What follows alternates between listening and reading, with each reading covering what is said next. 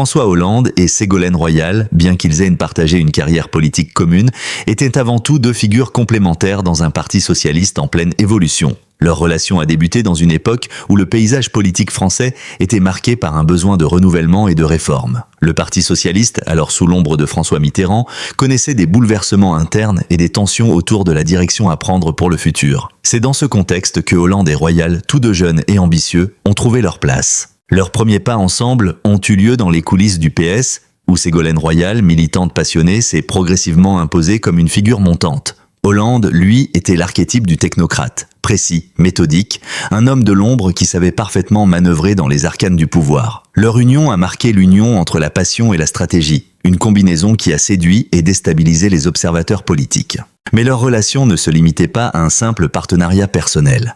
Elle s'est rapidement politisée, influençant les trajectoires respectives des deux figures du PS. Dès les années 1990, Hollande et Royal ont commencé à occuper des rôles de plus en plus influents au sein du Parti socialiste. François Hollande est devenu un proche conseiller de Mitterrand, ce qui a permis à Royal de se faire connaître, lui ouvrant des portes et lui permettant de se faire une place sur la scène politique nationale. Cependant, les choses ont pris un tournant lorsqu'en 2007, Ségolène Royal est désignée candidate à la présidence de la République française après avoir remporté la primaire socialiste. La candidature de Royal a été un moment clé dans l'histoire politique française, non seulement parce qu'elle représentait une première historique pour une femme dans la course à l'Élysée, mais aussi parce qu'elle a provoqué une tension palpable entre elle et François Hollande, qui restait son soutien officiel malgré la compétition politique croissante entre eux. La campagne présidentielle de 2007 a été un moment décisif tant pour le Parti socialiste que pour la relation entre Hollande et Royal. Bien que Hollande ait toujours proclamé son soutien inébranlable à Ségolène, les tensions sous-jacentes étaient évidentes. La campagne a mis en lumière leurs divergences politiques et personnelles. D'un côté, Ségolène Royal portait une vision de la France en rupture avec l'ancien système politique, une vision progressiste mais pragmatique. De l'autre, François Hollande, malgré sa position de soutien, était déjà en pleine ascension vers la présidence. Il était devenu un homme fort du PS, quelqu'un de capable de prendre des décisions difficiles et de se positionner comme un futur candidat à la présidence. Les observateurs ont commencé à noter que le soutien d'Hollande à Royal pendant la campagne semblait plus stratégique que véritablement passionné. Loin d'être une simple affaire de soutien, la campagne a révélé des fractures profondes au sein du couple. Selon plusieurs sources proches des deux, des tensions ont émergé sur la manière de conduire la campagne et les priorités politiques de Royal. La capacité de Royal à gérer les critiques internes du PS et à faire face à la pression médiatique a été mise à rude épreuve, d'autant plus que l'opposition de droite menée par Nicolas Sarkozy était extrêmement combative.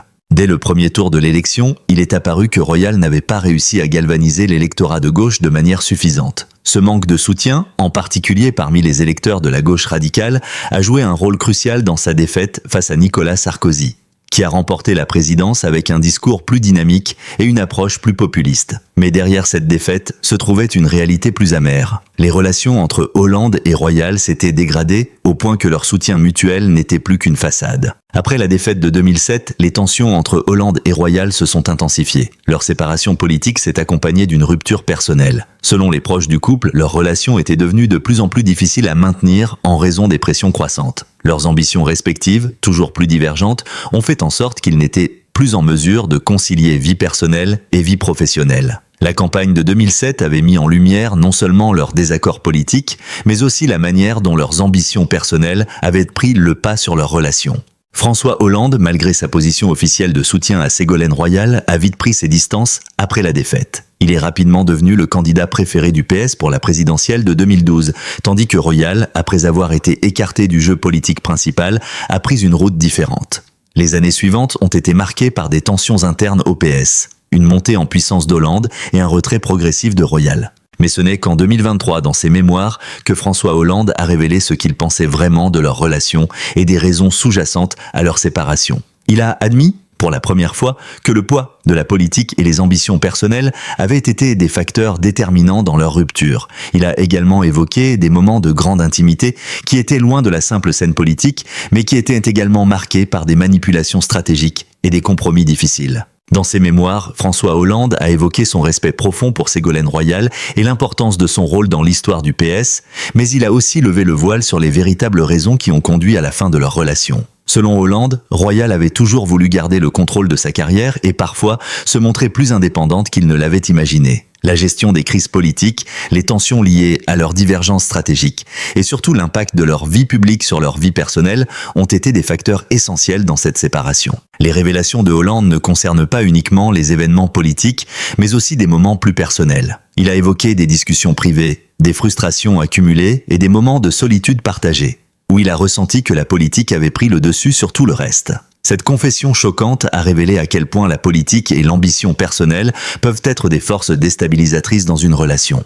La défaite de Ségolène Royal à l'élection présidentielle de 2007 a non seulement marqué la fin de ses ambitions immédiates, mais aussi entamé une séparation définitive entre elle et François Hollande, à la fois dans leur vie personnelle et professionnelle. Ce fut une période où la politique a joué un rôle central dans leur vie, mais où l'aspect humain de leur relation s'est progressivement effacé au profit des intérêts politiques et des ambitions individuelles. La publication des mémoires de Hollande en 2023 a permis de lever le voile sur les années d'après, donnant une image plus complète de ce qu'ont vécu les deux protagonistes après leur rupture. Après la défaite de Royal, François Hollande, qui avait toujours été l'homme de l'ombre, se retrouve propulsé sur le devant de la scène politique. Le Parti socialiste, dans sa quête d'un leadership renouvelé, se tourne vers lui pour représenter l'alternative à la droite incarnée par Nicolas Sarkozy. Hollande, jusque-là perçu comme un homme calme et sans éclat, devient alors le candidat naturel pour les primaires du PS. Le chemin vers la présidentielle de 2012 a été semé d'embûches. Les divisions internes au Parti socialiste, notamment la concurrence avec d'autres figures comme Martine Aubry, ont mis à l'épreuve la détermination de Hollande. Mais c'est sa capacité à rassembler la gauche, à l'écouter et à proposer un programme qui dépasse les clivages idéologiques qui l'a propulsé en tête. Le climat politique était favorable à une victoire de la gauche après les années de présidence Sarkozy. Et Hollande, à la tête du PS, s'impose comme le candidat idéal pour incarner le changement. Cependant, derrière l'image de l'unité retrouvée au sein du PS, des tensions demeuraient. Hollande et Royal, qui avaient partagé les plus grands moments de leur carrière politique, se retrouvaient désormais sur des trajectoires opposées. Bien que Ségolène Royal ait soutenu la candidature de Hollande, des murmures circulaient dans les coulisses du PS à propos de la façon dont cette relation de soutien avait été construite. Certains disent que Royal a toujours eu du mal à accepter l'idée que Hollande puisse incarner à lui seul le leadership du PS. Surtout après sa propre élection ratée en 2007. Le temps passait, mais la rancœur était encore présente dans l'esprit de Ségolène, ce qui a créé une dynamique complexe au sein du Parti socialiste. De son côté, Ségolène Royal, après sa défaite électorale, a vécu des années difficiles. Loin des projecteurs de la présidentielle, elle a dû se reconstruire politiquement et personnellement. Après la défaite de 2007, Royal, qui était une figure centrale du PS, a été mise en retrait. Elle a cherché à trouver un nouveau rôle au sein du Parti socialiste, tout en faisant face à une pression médiatique constante. La défaite, d'abord perçue comme un coup dur pour sa carrière, a ensuite servi de catalyseur pour son engagement en politique sur d'autres fronts. Elle a pris la tête du ministère de l'écologie sous le gouvernement de François Hollande, mais sa position au sein du gouvernement, bien que symbolique, était également marquée par des tensions internes avec les autres figures politiques du PS. L'un des moments les plus marquants de cette période pour Royal fut sa nomination au ministère de l'écologie. Bien que cela ait été une victoire pour elle, la réalité de son rôle s'est avérée moins glamour qu'elle ne l'avait espéré. Le ministère de l'écologie, souvent relégué à une fonction décorative au sein du gouvernement, n'a pas permis à Royal de retrouver une position dominante dans la politique française. De plus, son statut de figure dissidente au sein de la famille socialiste a contribué à sa marginalisation progressive. La relation entre François Hollande et Ségolène Royal, qui semblait déjà être en friche avant 2007, s'est donc figée dans une sorte de statut hybride après cette période. Bien que Hollande et Royal aient continué à interagir en raison de leur appartenance commune au PS et de leur statut d'anciens partenaires, leur rapport était désormais teinté d'une forme de compétition silencieuse. Leurs aspirations respectives semblaient désormais incompatibles. En 2014, après avoir été écartée de la présidence du Parti socialiste, Ségolène Royal est revenue sur la scène politique en tant que ministre de l'écologie, mais son influence était désormais limitée. Bien qu'elle ait occupé un poste important au sein du gouvernement de François Hollande, la relation entre les deux ex-compagnons était devenue plus formelle, presque distante. Les rumeurs de tensions internes au gouvernement se sont intensifiées, et la presse n'a pas tardé à souligner la différence entre leurs visions politiques. Royal, bien qu'elle ait été ministre, restait une figure à part, qui n'avait jamais complètement accepté d'être sous l'ombre de Hollande, et cela se ressentait dans ses prises de position publiques.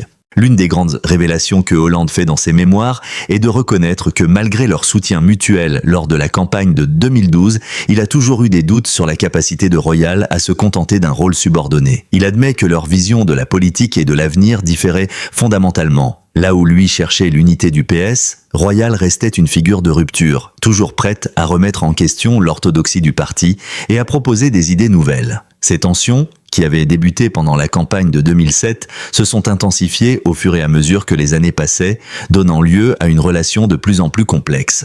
C'est donc en 2023, à l'occasion de la sortie de ses mémoires, que François Hollande a décidé de revenir sur cette époque marquée par une relation politique et personnelle tumultueuse avec Ségolène Royal. Dans ces pages, il lève le voile sur ce qu'il considère comme une part de son héritage politique et sur la manière dont leurs vies ont été entrelacées, pour le meilleur et pour le pire. Les révélations de Hollande ont déstabilisé de nombreux observateurs qui ont vu dans ces mots une confession tardive de la complexité de sa relation avec Royal.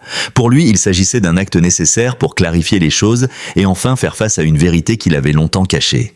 Les révélations portaient notamment sur des moments de tension et de discorde entre les deux, qu'il qualifiait de non-dits pendant des années. Hollande a exprimé ses regrets sur certaines décisions prises en période de crise, notamment sur la manière dont il avait géré la relation avec Royal après la campagne de 2007. Mais au-delà de la culpabilité, il a également reconnu que cette séparation était inévitable, compte tenu de leurs divergences fondamentales. La séparation de François Hollande et Ségolène Royal, bien qu'étant avant tout une rupture personnelle, a eu des répercussions profondes sur leur parcours politique. Si leur relation a été marquée par des désaccords et des tensions, l'impact de leur séparation s'est manifesté non seulement dans la sphère privée, mais aussi sur la politique française. D'abord à travers l'ascension de Hollande à la présidence de la République, puis à travers le parcours de Royal au sein du gouvernement et du Parti socialiste. La publication des mémoires de Hollande en 2023 a apporté un éclairage nouveau sur ces années difficiles et a permis de mieux comprendre les dessous d'une séparation qui a eu des répercussions sur la vie politique du pays. L'une des conséquences les plus marquantes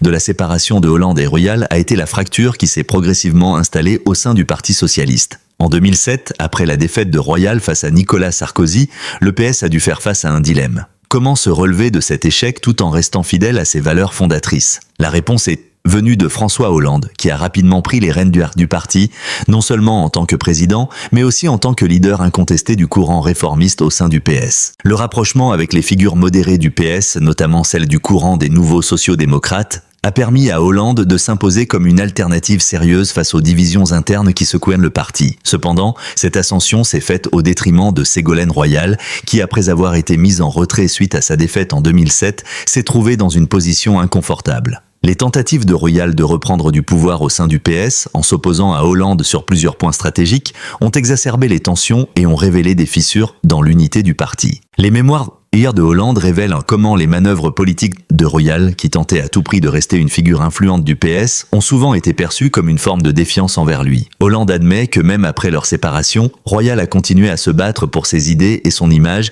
et qu'il a eu du mal à accepter ces tentatives d'influence dans un contexte où la ligne politique du PS se redéfinissait. Bien que les deux aient continué à se côtoyer dans les cercles politiques, leur relation était désormais teintée d'ambiguïté. L'élection de François Hollande à la présidence en 2012 marque un tournant majeur dans l'histoire du PS et dans la vie politique française. Dès son arrivée à l'Élysée, il doit faire face à une crise économique sans précédent, mais aussi à des divisions internes qui s'intensifient à mesure que les tensions avec Ségolène Royal refont surface. Le mandat de Hollande, tout en étant marqué par des réformes économiques importantes et par la gestion de la crise financière, n'a pas été exempt de critiques et de controverses, notamment en raison de la gestion des affaires intérieures du PS. Les mémoires des mémoires de Hollande révèlent que l'une des principales difficultés qu'il a rencontrées en tant que président a été la gestion de ses relations avec les autres figures du PS, y compris Royal.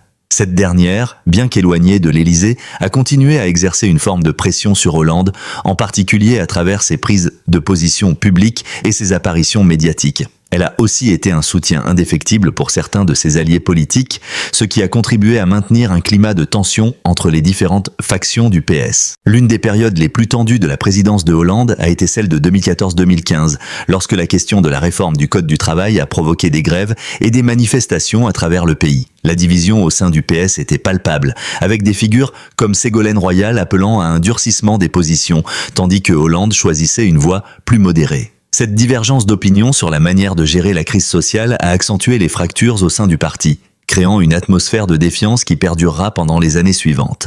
Après sa défaite de 2007, Ségolène Royal a cherché à se réinventer politiquement, en particulier après avoir été nommée ministre de l'écologie sous le gouvernement de François Hollande. Son entrée au gouvernement n'a pas été un chemin facile. Bien qu'elle ait occupé un poste important, les tensions entre elle et d'autres membres du gouvernement étaient évidentes. Royal n'a jamais accepté de jouer le rôle de simple exécutante et ses interventions publiques ont souvent révélé un désir de renouer avec une forme de pouvoir personnel, qu'elle estimait lui avoir été retirée après la défaite de 2007.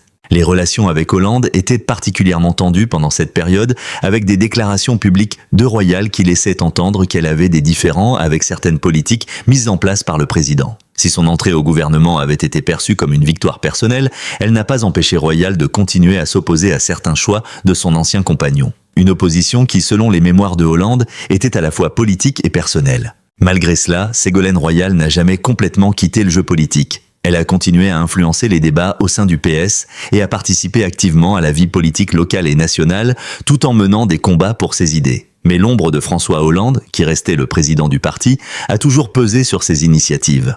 Royal a parfois été perçu comme une figure marginalisée du PS, malgré son rôle important dans l'histoire du parti. Dans ses mémoires, Hollande ne se contente pas de raconter son parcours politique, mais revient également sur sa vie personnelle avec une grande sincérité. Il évoque notamment les moments de tension qui ont jalonné sa relation avec Royal, révélant des aspects intimes qu'il n'avait jamais partagés publiquement. Le regard qu'il porte sur la fin de leur relation est à la fois empreint de regret et d'une forme de résignation. Hollande admet que malgré les divergences, Ségolène Royal a été une figure clé dans son parcours politique, et il la décrit comme une personne profondément humaine, parfois incomprise, mais toujours fidèle à ses convictions.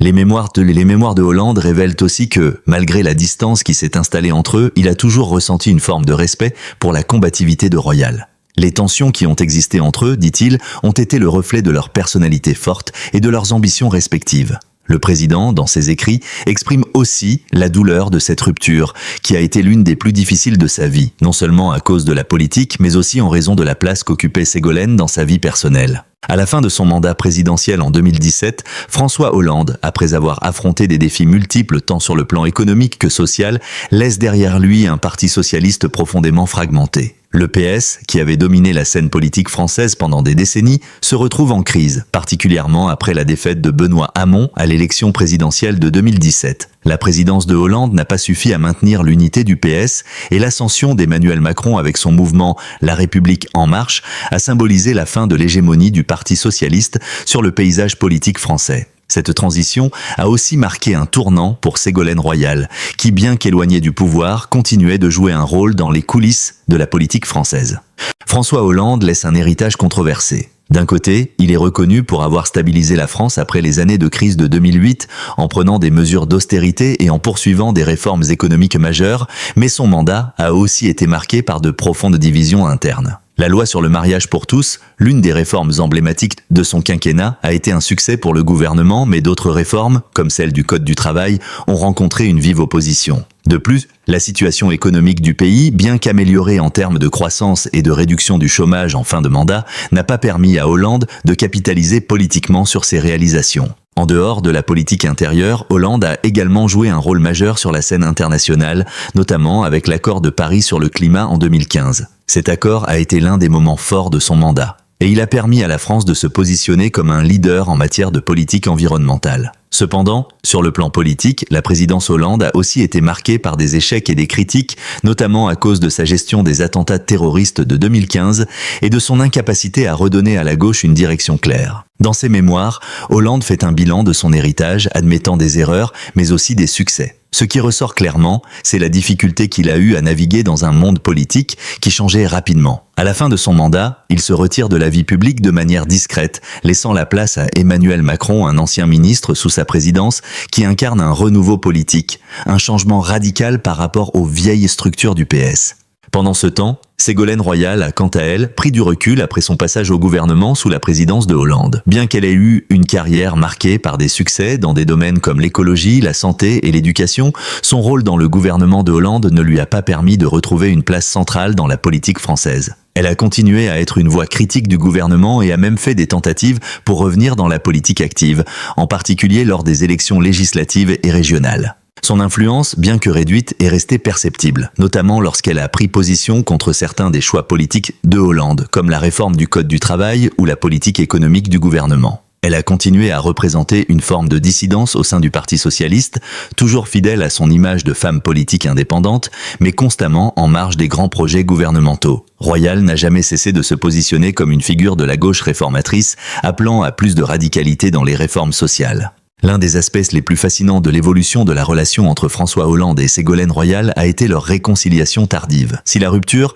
tant politique que personnelle, avait été douloureuse, avec des ressentiments accumulés au fil des années, il semble qu'au cours des dernières années, une forme de réconciliation, même partielle, se soit instaurée entre les deux anciens partenaires. Cette réconciliation n'a pas été un acte public, mais plutôt une évolution discrète qui s'est opérée dans les coulisses de la politique. Hollande, dans ses mémoires, évoque cette période comme un moment de prise de conscience de l'importance de l'autre dans sa vie et son parcours. Bien qu'il admette qu'il n'avait pas partagé de points de vue politiques similaires sur de nombreux sujets, il reconnaît l'indépendance et la force de caractère de Royal. De son côté, Ségolène Royal a également révélé qu'elle avait du respect pour son ancien compagnon, malgré leurs différences profondes et les souffrances qu'elle avait endurées suite à la séparation. En fin de compte, leur relation est devenue une sorte de respect mutuel teinté de nostalgie, de part et d'autre. Cette réconciliation symbolise peut-être une compréhension plus profonde de leurs parcours respectifs. Bien que chacun ait suivi une trajectoire différente après leur rupture, leurs histoires demeurent liées par les événements qui ont marqué la gauche française au XXIe siècle. L'histoire de la politique française ne peut pas être racontée sans mentionner leur duo politique et la manière dont leurs destins se sont entrecroisés tout au long de leur vie publique. En 2023, alors que François Hollande s'apprête à conclure un chapitre de sa carrière, il est clair que son héritage sera examiné sous de multiples angles. Ses mémoires permettent à beaucoup de comprendre la manière dont ses choix ont façonné la politique française, mais aussi comment il a navigué dans des eaux tumultueuses. Quant à Ségolène Royal, son héritage, bien que moins médiatisé, reste également intact dans l'histoire de la politique française, notamment en tant que première femme à avoir été candidate à la présidence de la République. En fin de compte, la séparation de Hollande et Royal a marqué un moment crucial pour la gauche française, mais c'est dans leur parcours séparé que réside l'essence de leur héritage. Chacun à sa manière a contribué à façonner la France contemporaine, et leur vie reste indissociable de l'histoire du PS et de la politique française en général. La relation entre François Hollande et Ségolène Royal restera dans les annales comme l'une des histoires les plus fascinantes de la politique française. Elle est un reflet de la complexité des relations humaines dans le monde du pouvoir, où l'ambition personnelle et les idéaux politiques s'entrelacent, parfois à des prix personnels et professionnels élevés. À travers leur vie, nous comprenons mieux l'histoire politique de la France de la fin du XXe siècle et du début du XXIe siècle, marquée par des luttes internes, des transformations profondes et finalement un héritage qui perdurera dans les générations à venir.